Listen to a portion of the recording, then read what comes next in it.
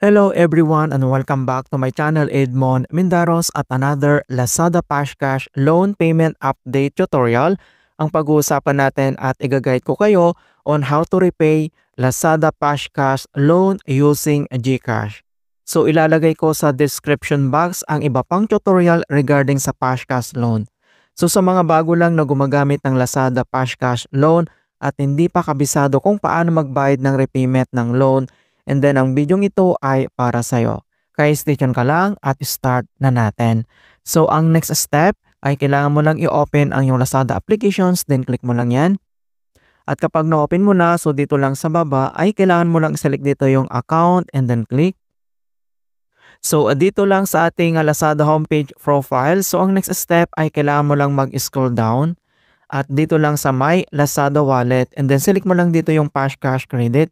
So since may ongoing loan tayo na kailangan natin mag-repayment, and then ang gagawin mo lang is kailangan mo lang itap dito yung Pashcash Credit.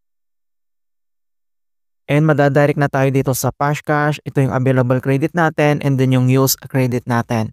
So makikita mo naman kaagad dito yung amount due mo. So nandito yung amount dahil due date na natin bukas, so kailangan na natin itong mag-repay.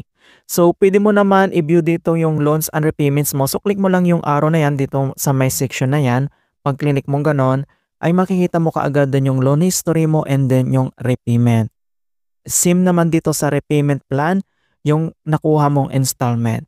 Alright, so pwede mo naman itong i-view yung kanyang details. So, click mo yung view details.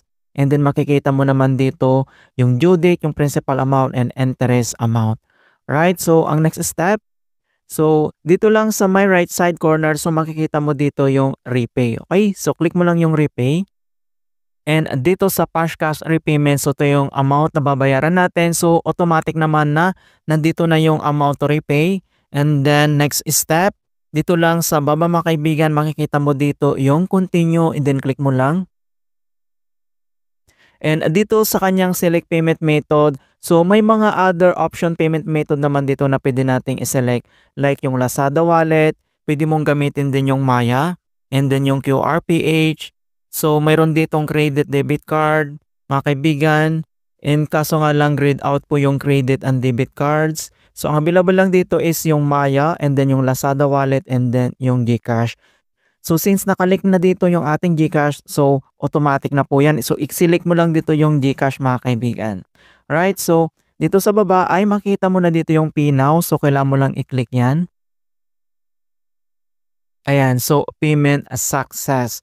Alright, so napakabilis lang talaga magbayad kapag nakalink na yung GCash mo dito, and ilalagay ko ulit sa description box kung paano ba gamitin, kung paano ba i-link yung GCash natin dito sa Lazada. And then, pwede mo naman itong i-view yung order. So, click mo lang yung view order. And then, makikita mo na dito na completed. So, you have confirmed that your order has been delivered and received. So, nandito na yung full amount. And guys, so ganun lang po kasimple kung paano magbayad o paano mag-repayment ng ating Pashcash loan dito sa Lazada gamit lang yung ating GCash account. In hope na nakapagbigay ako ng konting kaalaman at guide tungkol sa Lazada Pashcash loan repayment. Thank you guys and see you in my next tutorials.